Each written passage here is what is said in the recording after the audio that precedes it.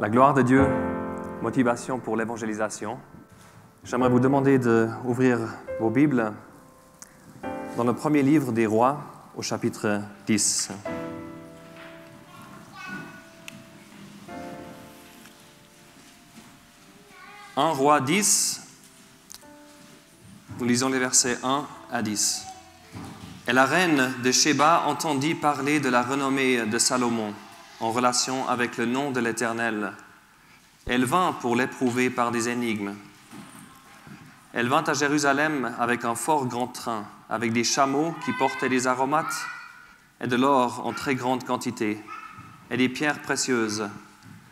Elle vint vers Salomon et lui parla de tout ce qu'elle avait sur son cœur. Et Salomon lui expliqua toutes les choses dont elle parlait. Il n'y eut pas une chose cachée pour le roi, pas une chose qu'il ne lui expliqua.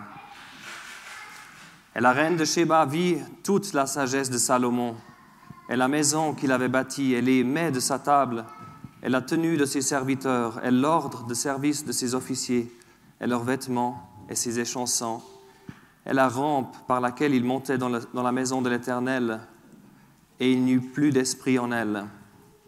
Et elle dit au roi, « Ce que j'ai entendu dire dans mon pays sur tout ton état et sur ta sagesse était la vérité, mais je n'ai pas cru ces choses jusqu'à ce que je sois venu et que mes yeux aient vu. Et voici, on ne m'avait pas rapporté la moitié. Tu surpasses en sagesse et en prospérité la rumeur que j'en ai entendue. Heureux tes gens, heureux ceux-ci, tes serviteurs, qui se tiennent continuellement devant toi et qui entendent ta sagesse. Béni soit l'Éternel, ton Dieu, qui a pris plaisir en toi pour te placer sur le trône d'Israël, parce que l'Éternel aimait Israël à toujours. Il t'a établi roi pour faire droit et justice. Et elle donna au roi 120 talents d'or, et des aromates en très grande quantité, et des pierres précieuses. »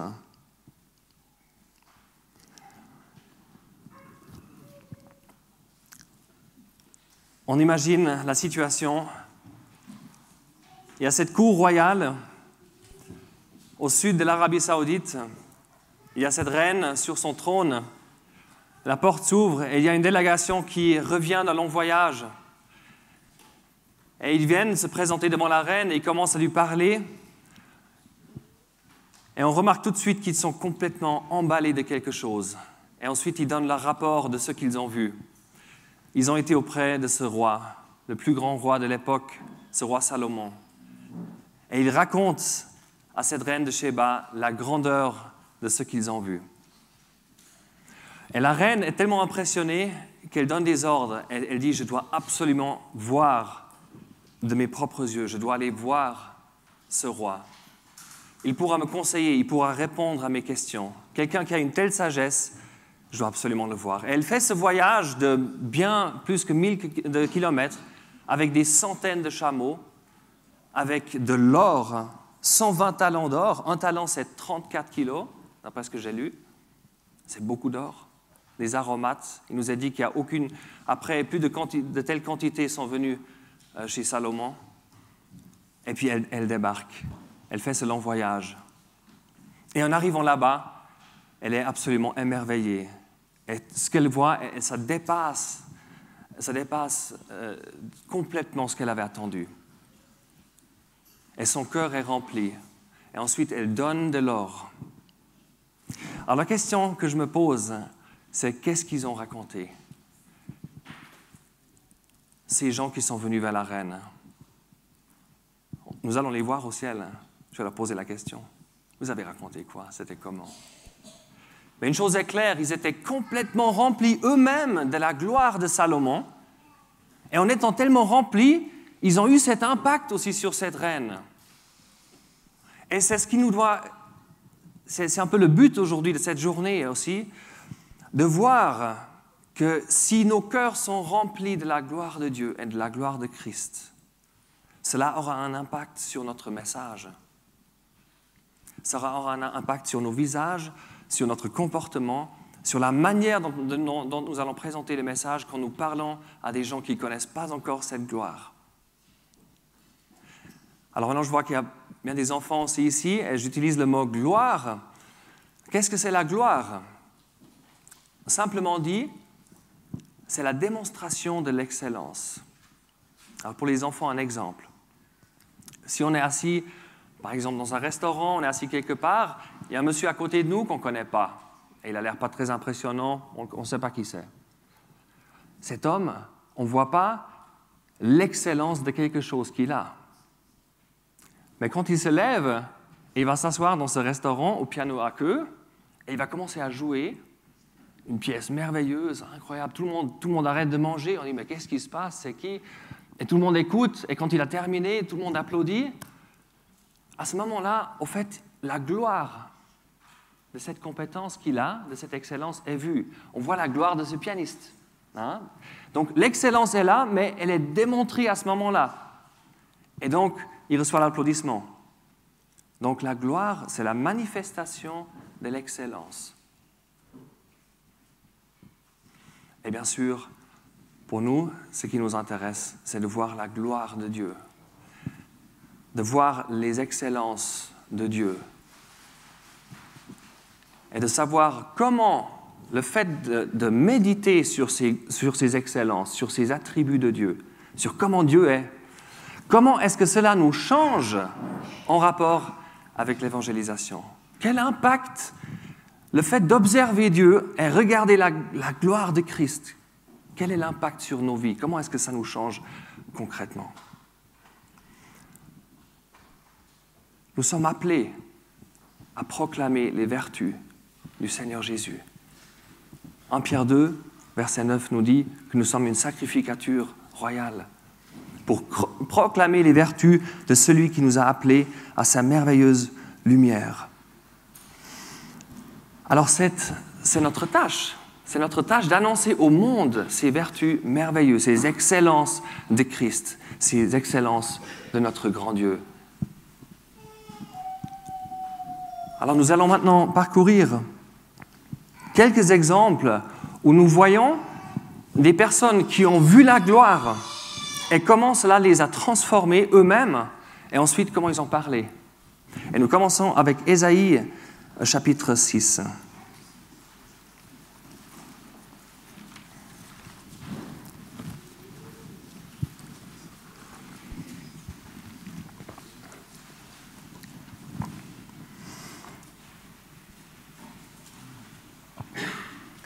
En Ésaïe chapitre 6, il y a le prophète Ésaïe qui a une vision et il voit en fait la gloire de Dieu.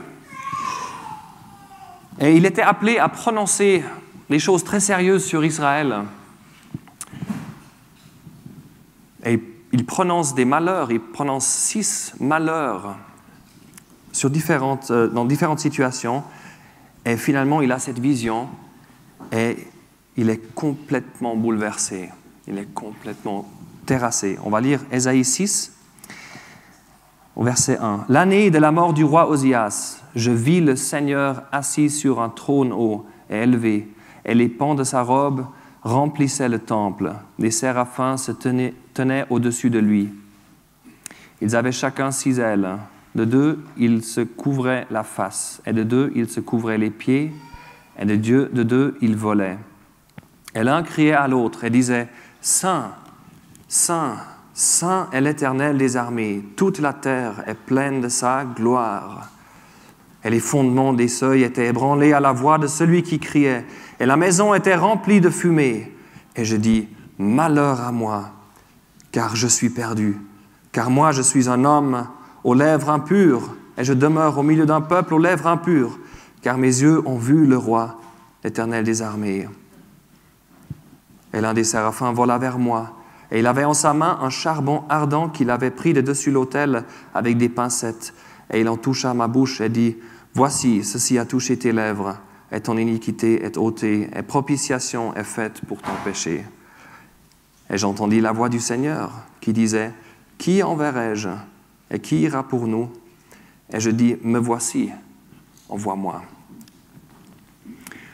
La sainteté de Dieu, l'expérience de la sainteté de Dieu nous change complètement en rapport avec l'évangélisation. Ésaïe réalise il croyait en Dieu, c'était un croyant.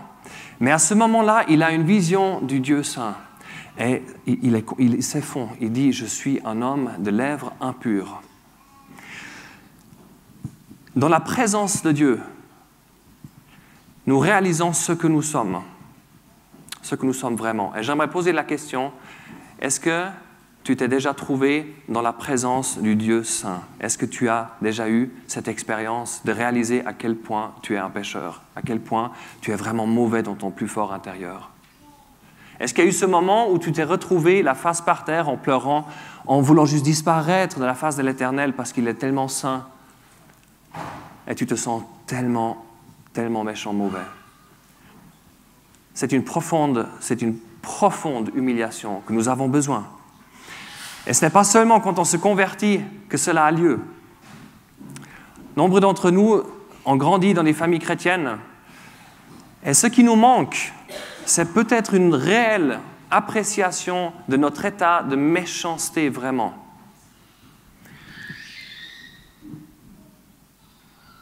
Jérémie dit « Convertis-moi et je serai converti. Et je me repens parce que je suis converti. » Il a réalisé ça plus tard. C'est en Jérémie 19. Il a réalisé plus tard sa méchanceté, vraiment la corruption à son intérieur. Et c'est à ce moment-là qu'on s'écrit vraiment et on réalise à quel point on a besoin du Seigneur Jésus qui nous lave de nos péchés, de son sang. Et de cette présence de Dieu, au fait, la prochaine étape, c'est la purification de Dieu. Il y a cet ange qui vient et il prend une cendre de l'autel, une cendre ardente, il est dit, un charbon ardent de l'autel. Et l'autel parle du sacrifice du Seigneur Jésus, du feu de Dieu qui est tombé sur le Seigneur Jésus à la croix à cause de tes péchés, à cause de mes péchés, à cause de ce que je suis.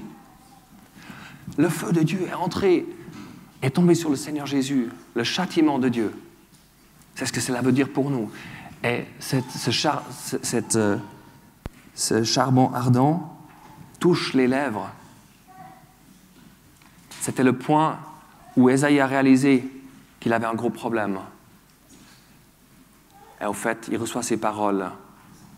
« Voici, ceci a touché tes lèvres, ton iniquité est ôtée. » Et c'est ce que tu entends quand tu regardes à la croix et tu réalises, effectivement, tu mérites l'enfer, mais Christ est entré dans le jugement de Dieu pour toi, pour te sauver. Et ton iniquité est ôtée à la croix. Chose merveilleuse. Et là, on se relève. Et quand il y a eu cette purification dans la présence de Dieu, après, il y a la proclamation de Dieu. Et c'est là où il reçoit son ordre de parler. Et il est prêt, il est préparé maintenant pour parler. Il y a ce commandement qui vient, cette question qui vient.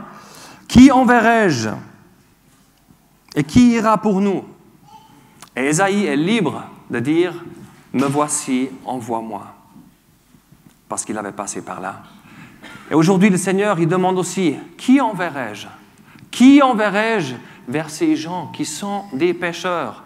Qui enverrai-je leur annoncer leur état? Qui enverrai-je démontrer ce qu'ils sont vraiment? La sainteté de Dieu, pour nous, c'est la réalisation que Dieu est lumière. Et la lumière, la réelle lumière qui est venue dans le monde, Jésus-Christ, elle révèle le mal. Elle révèle ce qu'il y a de problématique. Elle révèle le péché. Et nous sommes appelés aussi à avoir cet effet autour de nous. Mais nous allons avoir cet effet dans la mesure où nous-mêmes avons été dans la présence du Dieu saint et que cela nous a complètement transformés. Alors nous allons parler à des pécheurs avec un saint zèle, une sainte terreur aussi de ce Dieu. Mais si nous n'avons jamais eu cette expérience de nous retrouver nous-mêmes par terre devant ce Dieu, nous n'allons pas vraiment pouvoir transmettre ce qui les attend quand ils seront devant le grand Dieu qui les jugera. Nous allons parler d'une manière un peu superficielle de cela. J'aimerais juste lire avec nous en Éphésiens, au chapitre 5, ce travail de lumière que nous sommes appelés à faire aussi, qu'il est le reflet de cette sainteté. qui est l'effet pratique de notre réalisation d'un Dieu saint. Éphésiens 5. Alors il a parlé du fruit de lumière au verset 9. Et ensuite au verset 11, il nous a dit « Et n'ayez rien de commun avec les œuvres infructueuses des ténèbres, mais plutôt reprenez-les aussi. Car les choses qu'ils font en secret, il est honteux même de les dire, mais toutes choses étant reprises par la lumière sont manifestées, car ce qui manifeste tout, c'est la lumière. » Donc, nous sommes la lumière du monde. Le Seigneur nous dit que nous sommes appelés à vraiment avoir cette lueur autour de nous, cet effet de rayonner autour de nous. Mais quoi? Oui, les bonnes œuvres aussi, mais vraiment une atmosphère de sainteté. Alors, ça nous pose beaucoup de questions. Est-ce que nous avons une marche digne de cette sainteté? Alors, on voit l'appréciation de voir la gloire, l'excellence de la sainteté nous transforme et transforme ce que nous allons dire.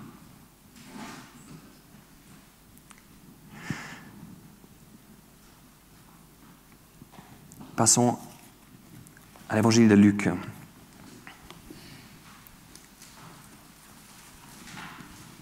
Chapitre 24.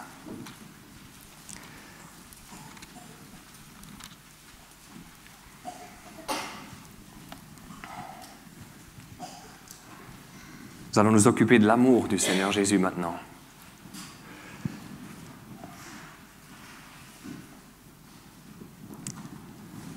Le Seigneur Jésus était ressuscité. Il s'était montré à ses disciples.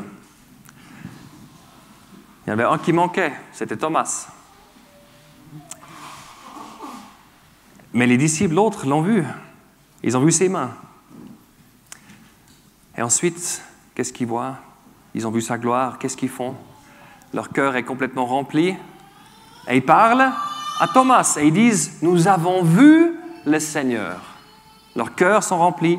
Ils parlent à Thomas. C'est convaincant. Et qu'est-ce qui se passe? Une semaine plus tard, Thomas est attiré. Thomas est là aussi, avec eux de nouveau. Mais il y en avait d'autres qui n'étaient pas là. Ils étaient en chemin pour Emmaüs, pour ce petit village. Et ils étaient complètement déprimés. Et au fait, ils avaient vu la gloire du Seigneur aussi, de son vivant. Mais là, il n'était plus là. Et au fait, cette appréciation de la gloire était en train de s'effondrer, de s'atténuer de peu en peu. Ils avaient déjà des pensées assez basses du Seigneur. C'était un prophète, Jésus de Nazareth, il disait. Ils avaient ce genre de pensée dans leur cœur. Alors il y a cet étranger qui vient, et ils ne le reconnaissent pas, et il leur parle au cœur. Et il leur dit la chose suivante. Au verset 25. Et Jésus leur dit, « Ô gens sans intelligence et lents de cœur à croire toutes les choses que les prophètes ont dites, ne fallait-il pas que le Christ souffrit ces choses et qu'il en entra dans sa gloire, qu'il entra dans sa gloire ?» Et commençons par Moïse et par tous les prophètes, il leur expliquait dans toutes les Écritures, les choses qu'ils regardent. Il leur a expliqué du début de l'Écriture jusqu'à la fin, il leur a expliqué les choses qui concernaient sa gloire et dans quelle mesure Christ lui-même devait passer par la croix pour glorifier Dieu, pour montrer l'excellence de la grandeur de Dieu dans sa justice, parce qu'il ne peut pas passer à cause du péché.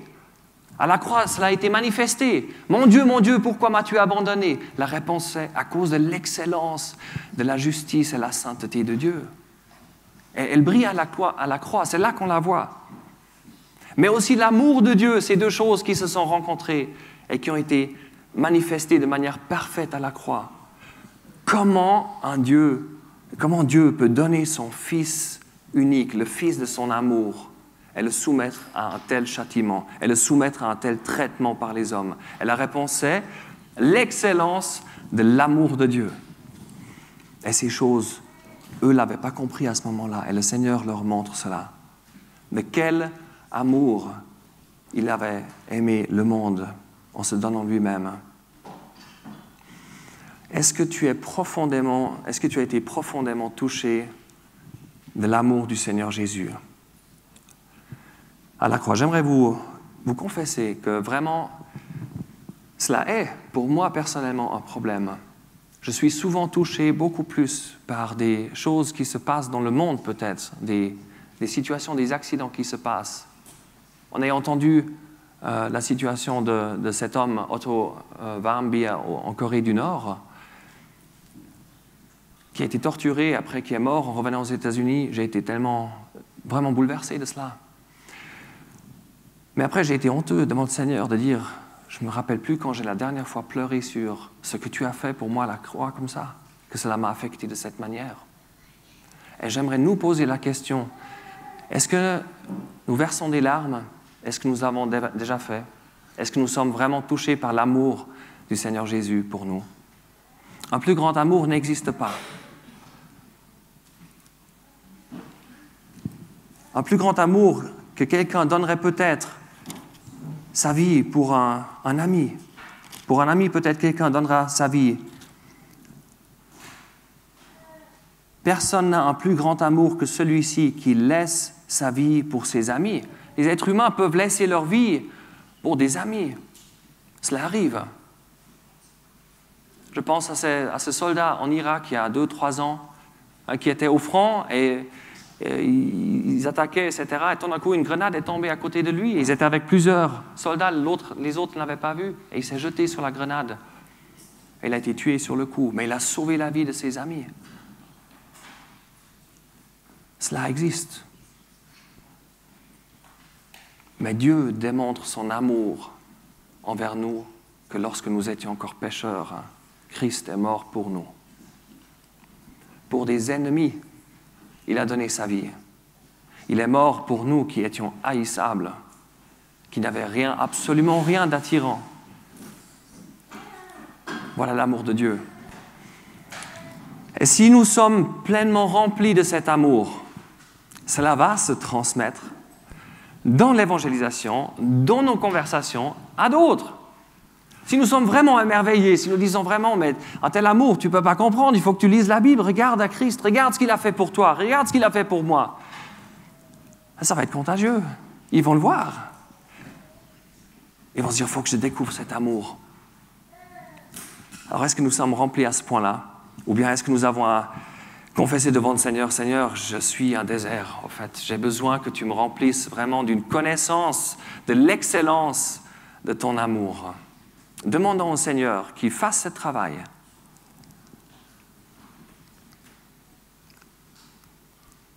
Cela a changé la vie des disciples.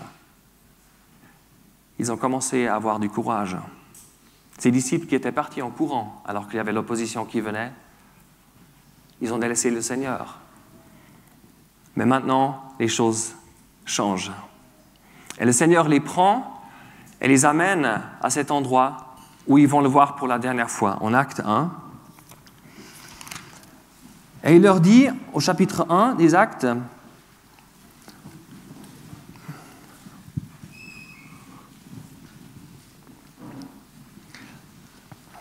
au verset 8, « Mais vous recevrez de la puissance, le Saint-Esprit venant sur vous, et vous serez mes témoins à Jérusalem, et dans toute la Judée et la Samarie, et jusqu'au bout de la terre. »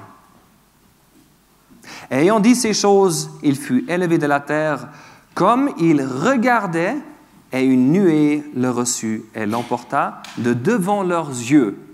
Alors nous avons 3 choses. Il leur dit, vous allez parler. Premièrement, vous allez parler de moi. Les témoins, ce sont des gens qui ont vu et qui témoignent, qui parlent. Et après, il leur montre, il part, et il leur montre la gloire de Dieu qui le reprend, parce que ce nuage, c'est la gloire de Dieu. Pour les disciples, le nuage, ça voulait dire la Shekinah, cette gloire de Dieu, ce nuage qui était la gloire de Dieu. Alors ils ont vu, il est reçu dans la gloire, chose magnifique. Et il leur montre cela. Et leurs yeux sont fixés sur le Seigneur. Et ils avaient besoin de ça pour ce message. Pour témoigner à Jérusalem, c'était la ville la plus dangereuse pour témoigner. Au monde, il n'y avait pas un endroit plus dangereux que Jérusalem. Et il leur dit, vous allez être mes témoins à Jérusalem. Ils avaient besoin de ce regard. Le Saint-Esprit est envoyé du Père et nous allons maintenant nous occuper comment cette vision du Seigneur Jésus dans la gloire, le fait qu'il a été élevé, ce Jésus a été élevé et que maintenant il est Seigneur des Seigneurs, comment cela les a affectés. Et nous savons que pour nous, ça sera la même chose. Nous continuons en Actes. Au chapitre 4, l'opposition se manifeste. Ils sont arrêtés pour la première fois. Et on leur demande de parler devant les dirigeants du peuple.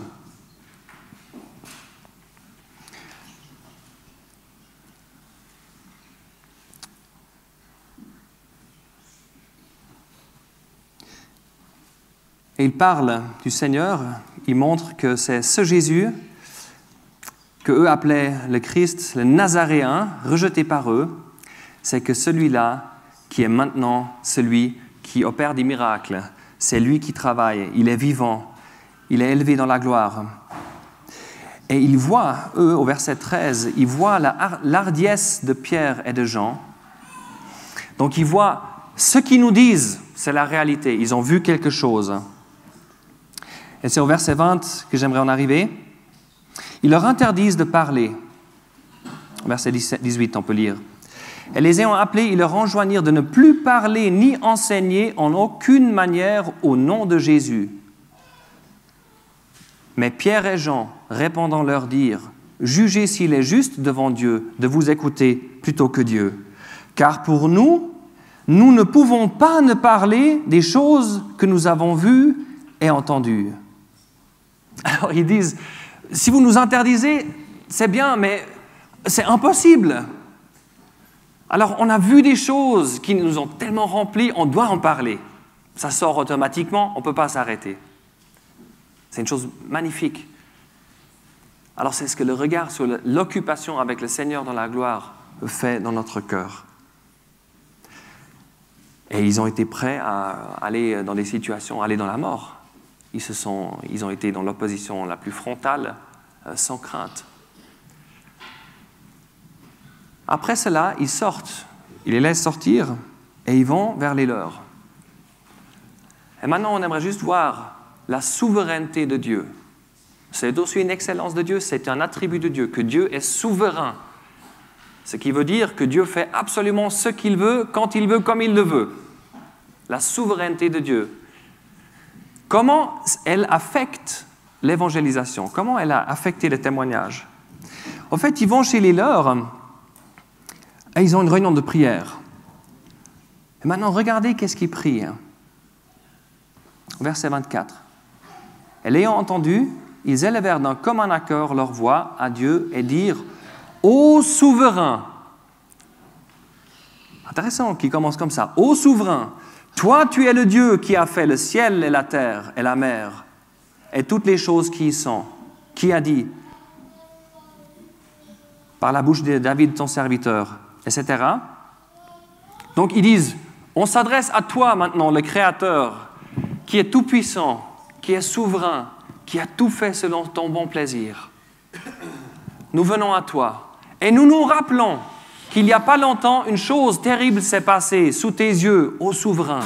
C'est quoi cette chose?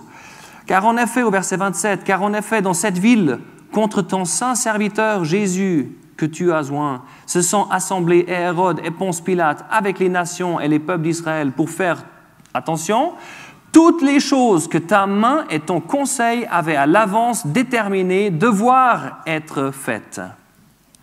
Alors, il rappelle à Dieu, en quelque sorte, tu es le Créateur, tu es grand, tu es tout-puissant. On va se reposer sur toi maintenant, avec nos requêtes, avec notre situation. Et on réalise qu'une situation de l'opposition qui s'est passée ici, contre ton saint serviteur, contre Jésus, elle a été déterminée par toi. En fait, c'est de ta main que cette chose a procédé. On aurait pu croire, comme on l'avait cru, que tout était fini, que c'était un accident, que c'était une catastrophe. Mais en fait, on comprend maintenant que dans ta souveraineté, tu avais des plans que nous, On n'avait pas. Et en s'étant soumis à ta souveraineté, on voit maintenant la chose merveilleuse qui se passe. Tu as opéré une gloire beaucoup plus grande que simplement que Jésus devienne le roi d'Israël. Il est maintenant dans le ciel.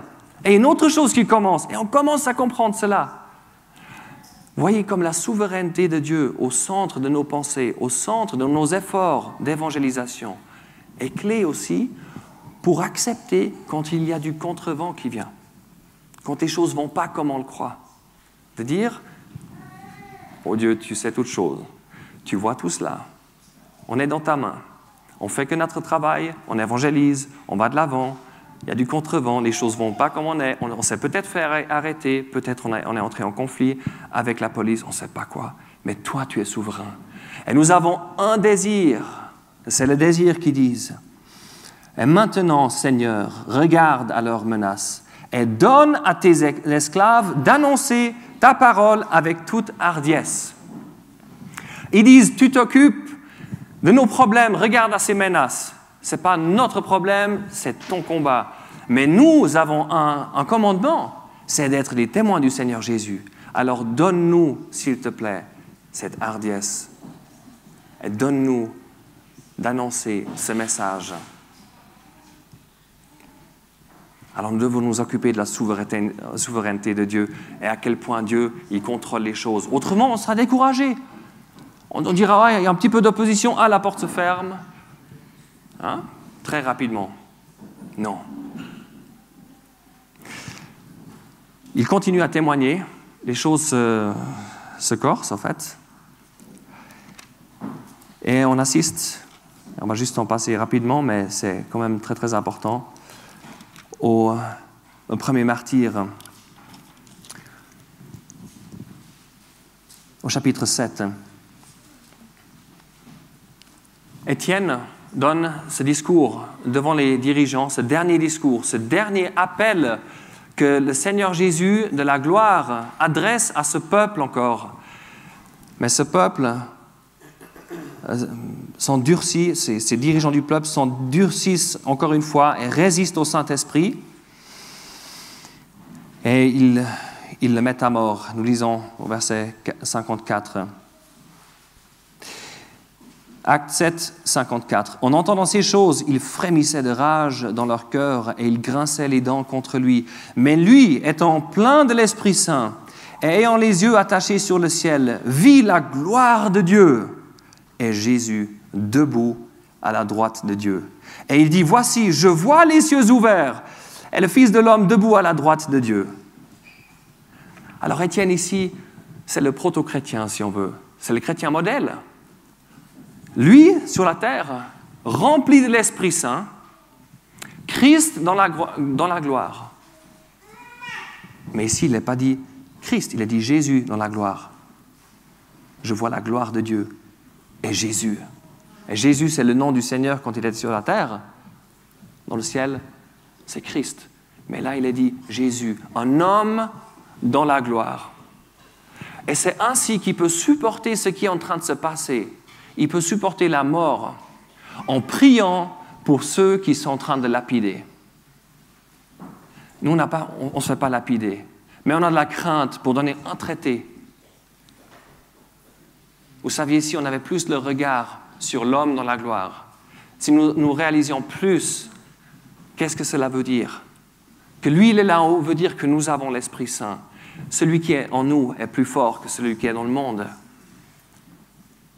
Mais c'est par la foi que nous devons approprier ces choses. C'est dans le train, dans le bus, à l'arrêt du bus, à l'école où nous nous trouvons, à ce moment-là, que nous devons réaliser juste maintenant, l'Esprit Saint en moi, Dieu l'Esprit Saint, veut maintenant m'utiliser pour aller parler à telle personne. Et je vais pas lui résister. Et on débarque. Et on prend le traité qu'on avait préparé, j'espère, et on va lui donner en tremblant. OK, pas grave, mais on lui donne quand même. Et on va réaliser la force, la puissance de l'Esprit Saint travaillant dans l'évangélisation. C'est un modèle. Le Seigneur, en-dessus du nuage, je peux voir ta splendeur. Ton regard m'encourage, me comble de bonheur. Que cela nous caractérise plus, que nous ayons vraiment ce regard sur le Seigneur, cette réalisation, il est en train de me voir, il me regarde, il me remplit de son esprit, je peux y aller de l'avant. Mais c'est en nous occupant de sa gloire, Christ, l'homme dans la gloire, que nous allons être fortifiés dans cette mesure. Il y avait quelqu'un qui regardait, un jeune homme, il s'appelait Saul. Et ça ne l'a pas lâché, ce qu'il a vu là. Et c'est significatif qu'avec Étienne, la porte pour Israël se ferme et la porte pour les nations s'ouvre. Et ce Saul, il a vécu comme Étienne est mort. Étienne est mort avec le regard sur Christ dans la gloire. Et Paul a vécu avec le regard sur Christ dans la gloire. Et c'est le message que Paul a été appelé à porter. Et il parle de long en large de l'évangile, de la gloire de Christ.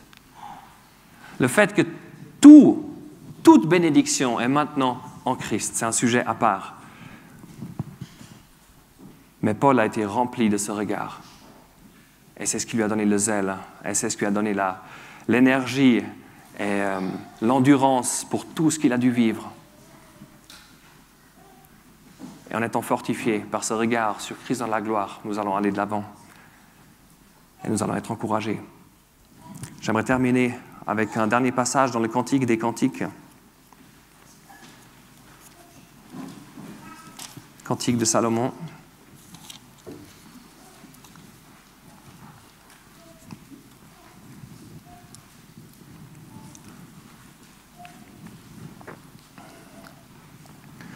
Ce passage nous parle d'un temps qui est encore futur aujourd'hui.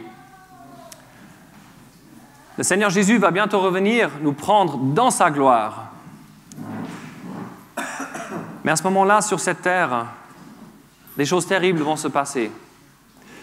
Et au fait, l'Esprit Saint va travailler dans un nombre de Juifs et ils vont se convertir encore. Et ils vont aller et ils vont présenter l'Évangile. Et l'Évangile du royaume va être prêché à ce moment-là. Mais ces chers frères, je vais les appeler, ils auront de l'opposition qu'on ne peut pas imaginer. Ils vont être tués de manière atroce. Et dans le Cantique des Cantiques, nous voyons quelque chose qui est très touchant. En fait, cette bien-aimée, elle a dormi. Elle dormait. Et cette bien-aimée, c'est Israël. Quand le bien-aimé vient, il frappe à la porte et il veut entrer. Elle dort. En tout cas, elle ne réagit pas vraiment. Et ensuite, il passe. Et après, elle se réveille. Et elle réalise, mon bien-aimé est parti. Et donc Israël, quand le Seigneur Jésus il était là, quand il a frappé à la porte, ils ne l'ont pas reçu. Mais à ce jour-là, ce jour futur, peut-être dans quelques années, un résidu d'Israël va se réveiller et ils vont réaliser, au fait, on a affaire, on cherche le Messie, on cherche à le proclamer, on attend qu'il vienne établir son royaume. Ils auront un désir, pas possible, pour voir la gloire et pour voir établir ce royaume sur la terre. Et ils vont proclamer l'Évangile et rien ne va les arrêter. Et donc cette bien-aimée, elle se lève la nuit et puis elle commence à le chercher. Et ça nous parle de ces personnes-là. Et puis elle va dans la rue, dans la ville. Et il est dit au verset 7, « Si c'est la fin, je le cherchais, mais je ne trouvais pas. Je l'appelais, mais il ne me répondit pas. Les gardes qui font la ronde par la ville me trouvèrent. Ils me frappèrent, ils m'ont blessé. Les gardes des murailles m'ont ôté mon voile de dessus moi. » Cela parle des persécutions de ces évangélistes.